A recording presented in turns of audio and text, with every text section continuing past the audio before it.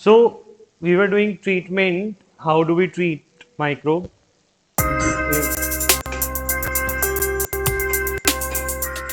Yes. So treatment दो type का था. We had studied first एक to reduce the effect of the disease यानी symptom related treatment और दूसरा to kill the cause of the disease that is the drugs. Antibacterial drugs bacteria को किल करते हैं, एंटीवायरल वायरस को किल करते हैं, प्रोटोजोन एंटी प्रोटोजोन से मर जाते हैं और एंटी एलिमेंट्स. ठीक है, तो ये सारे के सारे हमारे क्या हैं, these are line of treatment. अब अगर हम बात करें कि एक एंटीवायरल से बैक्टीरिया क्यों नहीं मरता या एंटी फंगल से प्रोटोजोन क्यों नहीं मरता, क्योंकि पॉइंट इसका रीजन हम पहले भी लिख चुके हैं कि जो पाथवेज यूज होते हैं वो सेम नहीं होते by all of the organism. मतलब बैक्टीरिया कुछ अलग पाथवे यूज करता है डाइजेशन के लिए या वायरस कुछ और यूज करता है, तो दैट मीन्स हमारे ऊपर भी उनका इफेक्ट कम से कम होता है. दैट मीन्स अगर तुम खा रहे हो एक ऐसी ड्रग जो कि सपोज एंटीबैक्टीरियल है, तो एंटीबैक्टीरियल तो बैक्टीरिया के लिए पॉइजन है. It's like poison for bacteria because it is killing the bacteria. तो अब क्वेश्चन ये भी आता है कि क्या ये पॉइजन हमें नहीं किल करेगा, या जो एंटीबैक्टीरियल है क्या वो हमें किल नहीं करेगा, बिकॉज हमारी सेल भी अलग पाथवे यूज करता है दीज माइक्रो ऑर्गेनिज्म से. तो ये बैक्टीरिया को मार पाते हैं पर हमें नहीं मार पाते.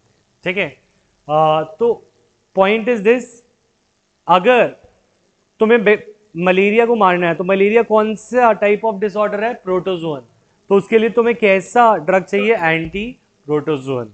ठीक है, अब क्वेश्चन ये आता है कि why antiviral drugs are harder to make than bacterial medicine. ठीक है, क्यों, वायरस की जो ड्रग्स हैं वो बनाना मुश्किल होता है. कोविड की डिजीज बनाने के को ठीक करने वाली मेडिसिन आज तक नहीं बनी.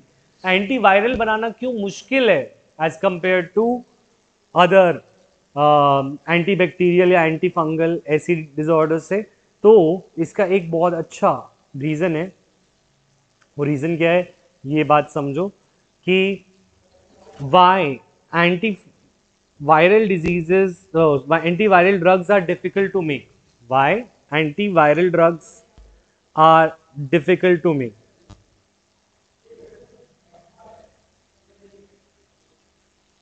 Difficult to make. तो तुम्हें याद होगा हमने जब ये चैप्टर शुरू किया था हमने वायरस के बारे में कुछ पढ़ा था कि वायरस कुछ अलग टाइप के ऑर्गेनिज्म है.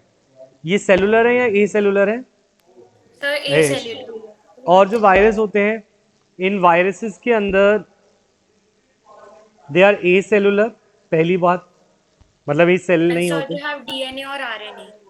ठीक है, also they are obligate parasite. क्या होते हैं, obligate parasite. What is mean by obligate parasite, obligate, sir हाँ they always need a host body to live. हाँ, they compulsory, they are compulsory parasite. Parasite माने they need to live inside host in order to survive. They need a host to survive.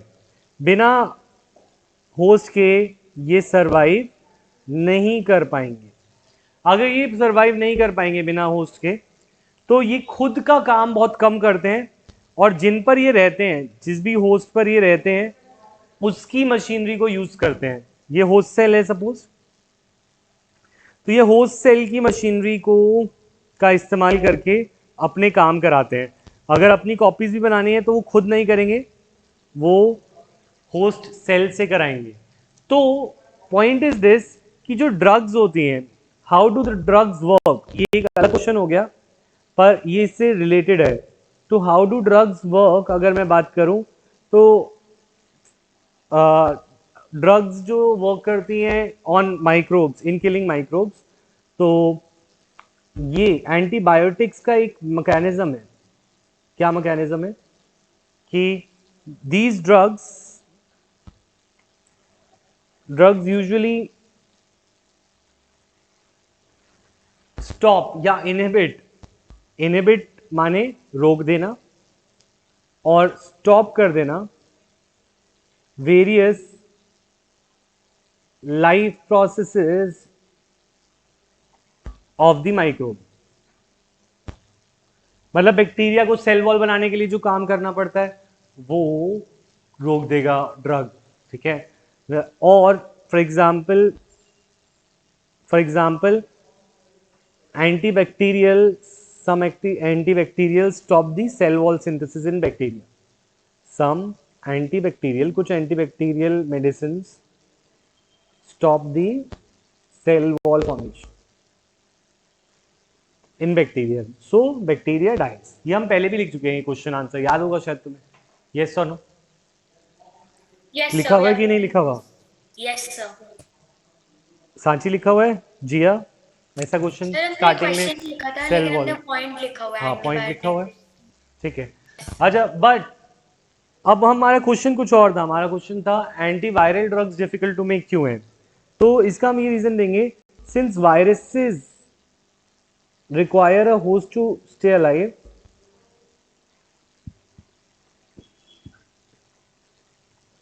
to stay alive, they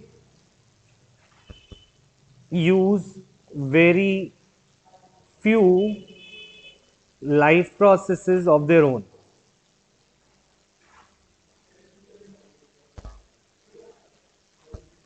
वो अपना काम दूसरों से कराते हैं। अच्छा, किसी का काम रोकना हो, किसी को काम नहीं करने देना, तो उसको काम को रोकने के लिए वो इंसान खुद तो कुछ काम करता हो तभी तो उसका काम रोका जा सकता है, हाँ या ना? सर बात समझ में आ रही है? अगर कोई काम खुद ही नहीं करता, वायरस खुद काम करता ही नहीं, वो काम किससे कराता है? बैक्टीरिया से, तो या किसी होस्ट से। तो इस केस में उसके प्रोसेसेस को रोकना बहुत मुश्किल हो जाएगा, यस और no? Yes sir.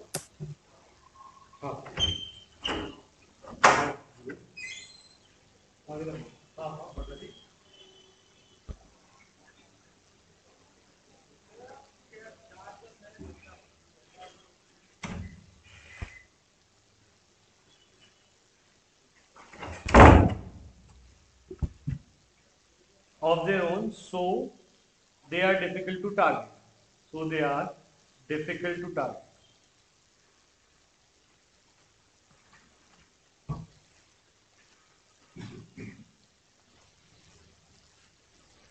Hello hello, हाँ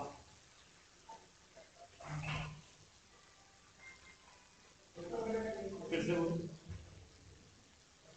हेलो, हाँ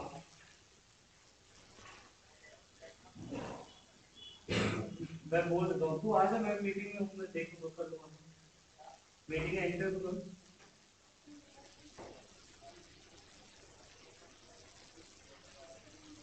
तो मुझे भेज देना,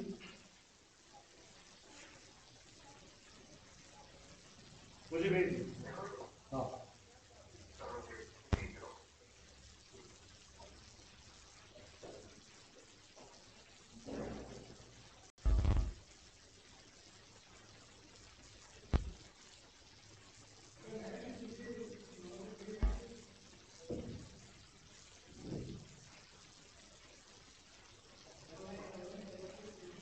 यस।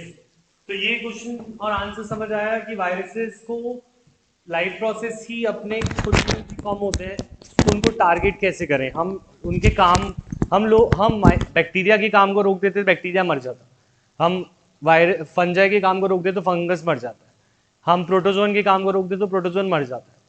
वायरस कुछ खुद काम करते ही नहीं, वो दूसरों से कराते हैं, तो उसको मारना क्या हो रहा है? मुश्किल। समझ आया चिरांश? क्या बोला मैंने चिरांश?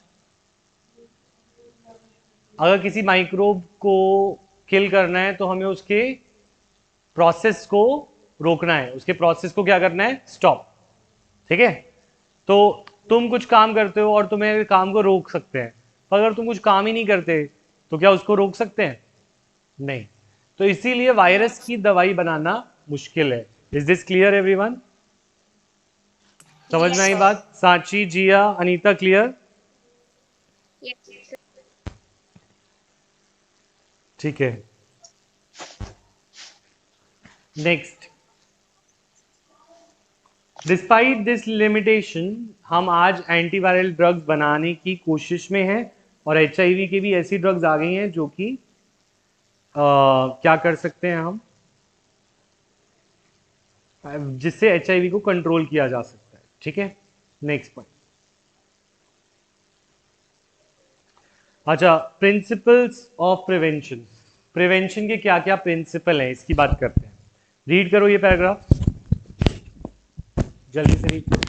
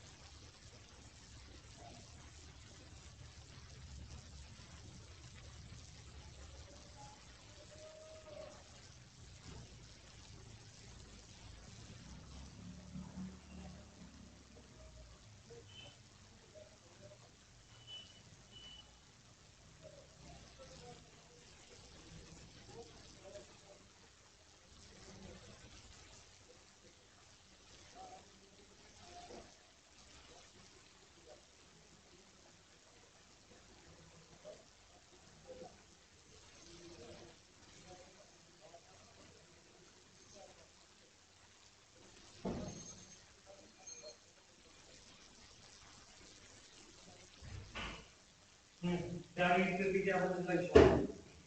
पांचवी क्या पता चला? Yes, what did you get to know from this? वो कह रहे हैं कि all of what we have talked so far deals about how to get rid of infection, but there are three limitations of approaching with the dealing with infectious disease. वो कह रहे हैं कि हम मान लिया कि हम दो तरीके से एक इन्फेक्शियस डिजीज को ठीक कर सकते हैं। एक तरीका था सिम्टम्स को देखना और दूसरा तरीका था उसके माइक्रोब को मार देना। यस और नो? पर Yes, sir. फिर भी कुछ जो पॉइंट्स हैं हमें याद रखने पड़ेंगे। तीन लिमिटेशंस को दिमाग में रखना पड़ेगा जिस तरीके से ये हमारे ऊपर भारी पड़ सकती है इन्फेक्शन। पहली बात, जब किसी को डिजीज होता है तो वो हो सकता है उसके बॉडी फंक्शन खराब हो जाए और वो कभी कंप्लीटली रिकवर ना कर पाए। मतलब कुछ ऐसी चीज़ है जो परमानेंट डैमेज हो। फॉर एग्जाम्पल, अगर किसी को कैटरैक्ट है और वो दो तरह का होता है, वाइट और ब्लैक। जो ब्लैक कैटरैक्ट होता है it can lead to temporary और टेम्पररी नहीं परमानेंट ब्लाइंडनेस। तो फॉर एग्जाम्पल सब ग्लोकोमा एक डिजीज है that can cause permanent blindness. तो ऐसा इफेक्ट को हम कभी कभी रिवर्स नहीं कर पाएंगे। तो एक limitation of having a disease is that there can be a irreversible damage. ये वाली बात समझ में आई? यस और no? Yes, sir. Next, second point वो कह रहा है, second is that treatment will take time which means that sometime suffering from disease will get us bedridden and proper treatment मिलने तक हमें बहुत टाइम लगेगा। कभी कभी ऐसा हो सकता है कि it may take a lot of time. Yes और नो? हमें देखा है when a person Yes, gets covid तो 7 to 14 डेज उसको लग ही जाते हैं, एक हफ्ते से 15 दिन, कभी कभी उससे ज़्यादा। तो इट मे टेक टाइम, ये भी हमें याद रखना है। तीसरी बात हमें क्या याद रखनी है कि अगर एक पर्सन इन्फेक्शियस डिजीज से अभी रिकवर नहीं किया है तो ऐसा इंसान जो है it can sir, be a it can carrier, be a carrier for the disease. Carrier और a source for a particular disease. किसी कोई एक अभी किसी को कोविड हुआ तो वो काफी टाइम तक औरों तो फैला सकता है। तो what are the 3 limitations of approach, 3 limitations of approach to infectious disease, to approach of infectious diseases, यानी infectious diseases को अगर हमें ठीक करना है तो उसको ठीक करते हुए दिमाग में 3 चीजें रखनी है। कभी कभी डैमेज परमानेंट हो सकता है, ठीक है, कभी कभी टाइम लग सकता है, और कभी कभी जो पर्सन जिसको डिजीज है the person can act like a carrier. तो 3 लिमिटेशंस याद रखोगे, यस और नो? Yes, ठीक sir. है, नेक्स्ट। तो इस वजह से थोड़ा क्योर मुश्किल हो सकता है, ठीक है, कभी कभी क्योर इस वजह से मुश्किल हो सकता है। तो अब हम आगे देखते हैं, how can we prevent diseases. तो अगर हम बात करें ये सारी चीजों से एक बात क्लियर है कि डिजीज से बचना बेटर है than to cure the disease. तो ये बात तो तुमने सुनी भी होगी, prevention is always better than cure, prevention is better Always than better than cure. cure. सुना नहीं है क्या कभी? मतलब Yes, sir. ऐसा सुना है. कि अगर कोई डिजीज को ठीक करने से अच्छा है वो हो ही ना, ऐसा नहीं, अच्छा बेटर है। किसी को क्योर करने की बजाय उसको प्रिवेंट करने में ध्यान लगाना चाहिए, ठीक है, prevention is better than cure. अब ये लाइन का मतलब समझ आया, हाँ या ना? और अगर तुमसे पूछे Yes, why is sir. Prevention better than cure, तो तुम बोलोगे कोई भी डिजीज हो उसमें 3 प्रॉब्लम्स हमेशा आएंगी, वो 3 प्रॉब्लम्स को लिस्ट कर दोगे। तो क्वेश्चन अगर वाई आ जाए तो इसका आंसर वही होगा जो हमने पहले देखा कि 3 लिमिटेशंस इंफेक्शियस डिजीज की आती ही हैं, right. Next, there are general ways of preventing infectious disease mostly related to preventing exposure. Next, how can we prevent diseases? Next topic will remain how can we prevent diseases. हम diseases को prevent कैसे कर सकते हैं? तो अब depend करता है कि डिजीज कौन से टाइप की है। डिजीज अगर एयरबॉर्न है तो उसको ठीक करने के अलग तरीके हैं, अगर वो वाटरबॉर्न है तो उसको ठीक करने के अलग तरीके हैं, अगर वो और कौन सा होता है, वेक्टर बॉर्न है तो उसको ठीक करने के अलग तरीके होंगे। तो एयरबॉर्न डिजीजेस के लिए वी कैन से कि there should be proper ventilation, हवा कैसी होनी चाहिए, साफ, Proper ventilation. और So we should हवा avoid का going फ्लो to होना चाहिए। crowded areas. Therefore we should also prevent overcrowding, overcrowd नहीं होनी चाहिए कोई जगह, शुड बी प्रिवेंटेड। और we can say there should be, people should wear mask etcetera, है ना, जो भी कोविड के लिए है। कोविड एयरबॉर्न डिजीज है तो जो जो चीज़ें तुम कोविड के लिए करते हो तो वो तुम इस तरीके से कर सकते हो। वाटरबॉर्न डिजीजेज में we can safe drinking water, पानी जो मिले वो ड्रिंकिंग वाटर कैसा हो, सेफ, ठीक है, और there should be clean environment और प्रॉपर हाइजीन होना चाहिए, ठीक है, और हम बोल सकते हैं कि प्रॉपर सैनिटेशन होना चाहिए, ठीक है, सैनिटेशन प्रॉपर रहना चाहिए। ऐसी चीज़ें हम लिख पाएंगे वाटर बॉर्न डिजीज में। और पॉइंट लिख पाओगे थोड़े थोड़े सोच सोच के, हाँ या ना? वेक्टर बॉर्न डिजीजेस के लिए water should not B logged in an area, पानी इकट्ठा मत होने दो, चाहे कूलर में हो किसी पॉन्ड में हो, water should not get logged in places, yes और नो? अच्छा, Yes, और sir. There should not be clean environment, इसके लिए भी ज़रूरी है। मच्छर जो होते हैं, जो जहाँ पे गंदगी होती है या मक्खी जो होती है गंदगी के ऊपर बैठती है, तो there should be clean environment to prevent, ठीक है।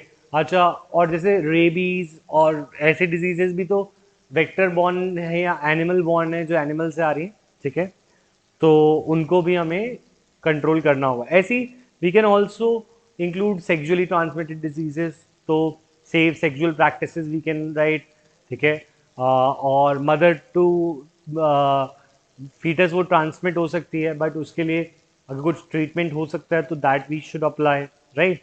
तो ऐसे हम एयर डिजीजेस को क्या कर सकते हैं, प्रिवेंट, ठीक है। Sir, just a second noting. Note करो।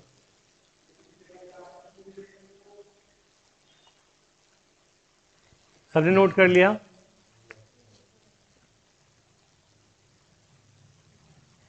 नेक्स्ट, बस खत्म होने वाला है चैप्टर। बहुत ही बोरिंग चैप्टर हो गया था एंड तक, या नहीं अच्छा लग रहा है? इजी लग रहा है, अरे बोरिंग लग रहा है? Okay okay. Okay okay, next करें। यस।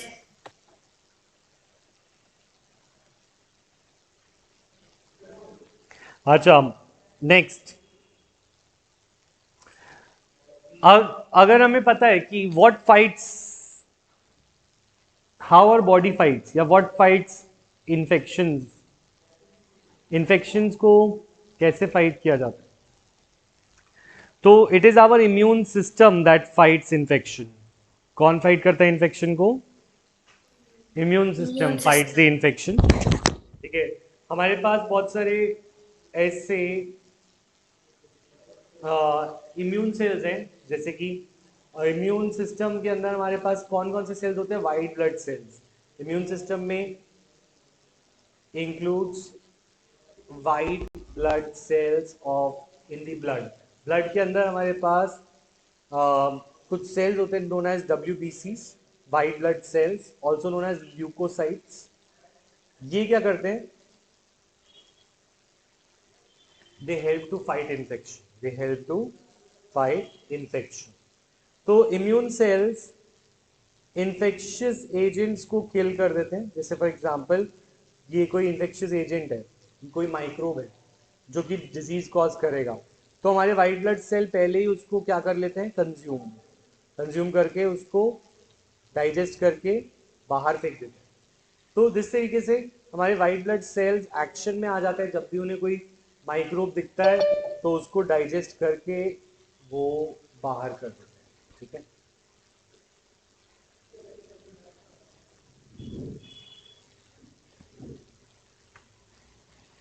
नेक्स्ट,